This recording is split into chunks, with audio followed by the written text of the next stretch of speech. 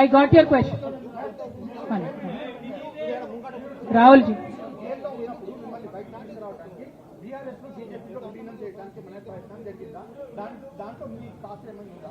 రాహుల్ గారు మీరు పాత క్వశ్చన్ అడుగుతున్నారు. కొత్త ఇష్యూ ఏంది అని అంటే బీఆర్ఎస్ పార్టీలో సస్పెన్షన్ లో ఖచ్చితంగా కేసీఆర్ గారి మీద ఒత్తిడి తీసుకొచ్చే ఈ సస్పెన్షన్ చేశారని నేను నమ్ముతా ఉన్నాను. ఒక్కొక్కసారి ఏమవుతుందంటే చిన్న చిన్న వ్యక్తులు బాగా నడుస్తుంది, పరిస్థితులు సందర్భాన్ని బట్టి పెద్ద పెద్ద వ్యక్తులు కూడా కొన్ని కఠినమైన నిర్ణయాలు తీసుకోవాల్సి వస్తుంది. కేసీఆర్ గారు ఈ నిర్ణయం ఎందుకు తీసుకున్నారో అని అడిగేంత పెద్దదాన్ని కానీ అంత రాజకీయ అనుభవం కానీ నాకు లేదు. సో వారు తీసుకున్నటువంటి నిర్ణయాన్ని నేను శిరస వహిస్తాను. వారు ఎందుకు తీసుకున్నారో ఈ నిర్ణయం నాకు తెలియదు. కానీ నాకు ఒక సమస్య ఉంది, నేను రాసినటువంటి లెటర్ లీక్ అయిందని చెప్పి 100 రోజులైంది.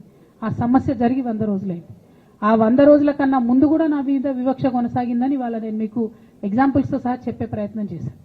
ఆ 100 రోజుల నుంచి జరుగుతున్నటువంటి పరిణామాలను కూడా మీ అందరి ముందు పెట్టింది.